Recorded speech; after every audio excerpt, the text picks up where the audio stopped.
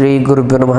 ವೀಕ್ಷಕರೇ, ಇವತ್ತಿನ ಈ ಒಂದು ವಿಡಿಯೋದಲ್ಲಿ 2026ರ ಪರಾಭವ ನಾಮ ಸಂವತ್ಸರದ ಯುಗಾದಿ ಹೊಸ ವರ್ಷದ ಆರಂಭದಲ್ಲಿ ವೃಷಭ ರಾಶಿಯವರ ಸಂಪೂರ್ಣ ಮಾಸಭವಿಷ್ಯವನ್ನು ತಿಳಿಸ್ಕೊಡ್ತಾ ಇದ್ದೀನಿ. ಅದಕ್ಕಿಂತ ಮುಂಚೆ ಯಾರೆಲ್ಲ ನಮ್ಮ ಒಂದು ಚಾನಲ್ನ ಲೈಕ್ ಮತ್ತು ಸಬ್ಸ್ಕ್ರೈಬ್ ಮಾಡ್ಕೊಂಡಿಲ್ಲ, ಭಕ್ತಿಯಿಂದ ಲೈಕ್ ಮತ್ತು ಸಬ್ಸ್ಕ್ರೈಬ್ ಮಾಡ್ಕೊಳ್ಳಿ. ವೃಷಭ ರಾಶಿಯವರ ಗ್ರಹ ಸಂಚಾರದ ಬಗ್ಗೆ ನೋಡೋದಾದ್ರೆ, ಶನಿ ಮಾರ್ಚ್ ತಿಂಗಳಿನಲ್ಲಿ ನಿಮ್ಮ ರಾಶಿಯಿಂದ 11ನೇ ಮನೆಗೆ ಪ್ರವೇಶ ಮಾಡ್ತಾನೆ. ಇದನ್ನ ಲಾಭಸ್ಥಾನ ಅಂತ ಕೂಡ ಕರೀತಾರೆ.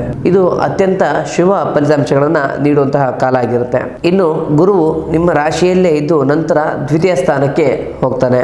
ಇದನ್ನ ಧನಸ್ಸು ಲಾಭ ಅಂತ ಕರೀತಾರೆ. ಆರ್ಥಿಕವಾಗಿ ಭದ್ರತೆ ಸಿಗ್ತದೆ. ಇನ್ನು ರಾಹುವಿನ ಬಗ್ಗೆ ನೋಡೋದಾದ್ರೆ, 10ನೇ ಮನೆಯಲ್ಲಿ ಇರ್ತಕ್ಕಂತಹ ರಾಹು ಸಂಚಾರ ವೃತ್ತಿ ಜೀವನದಲ್ಲಿ ಅನಿಶ್ಚಿತ ತಿರುವು ಮತ್ತು ಯಶಸ್ಸನ್ನ ತಂದುಕೊಡುತ್ತೆ. ಈ ಒಂದು ರಾಶಿಯವರ ಮೊದಲಿಗೆ ಶಿಕ್ಷಣದ ಬಗ್ಗೆ ನೋಡೋದಾದ್ರೆ, ವಿದ್ಯಾರ್ಥಿಗಳಿಗೆ ಈ ವರ್ಷ ಅತ್ಯುತ್ತಮ ಸ್ಥಾನವನ್ನ ನೀಡುತ್ತೆ.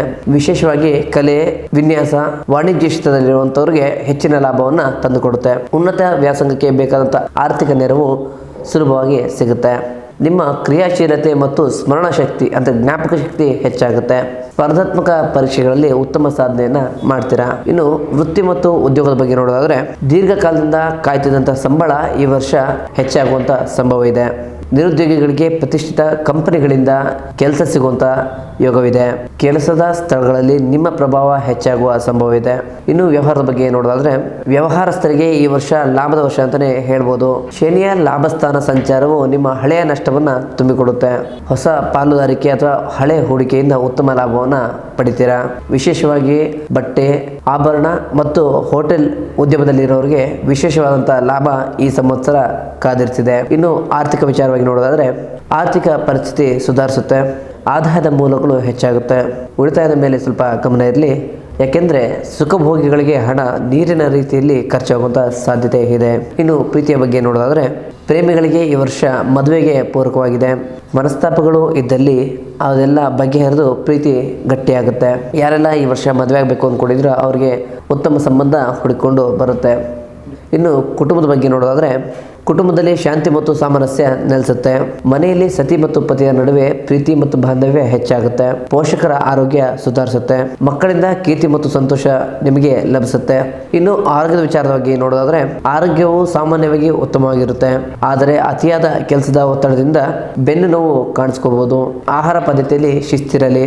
ಸಿಹಿ ಪದಾರ್ಥದ ಸೇವನೆಯನ್ನ ಸ್ವಲ್ಪ ಕಡಿಮೆ ಮಾಡಿಕೊಳ್ಳೋದು ನಿಮಗೆ ತುಂಬಾ ಒಳ್ಳೆಯದಾಗುತ್ತೆ. ಈ ಒಂದು ರಾಶಿಯವರ ಪರಿಹಾರ ಮಾರ್ಗವನ್ನು ನೋಡೋದಾದ್ರೆ, ಪ್ರತಿದಿನ ಅಥವಾ ಪ್ರತಿ ಶುಕ್ರವಾರ ತಾಯಿ ಮಹಾಲಕ್ಷ್ಮಿಯ ಆರಾಧನೆಯನ್ನು ಮಾಡಬೇಕಾಗುತ್ತೆ.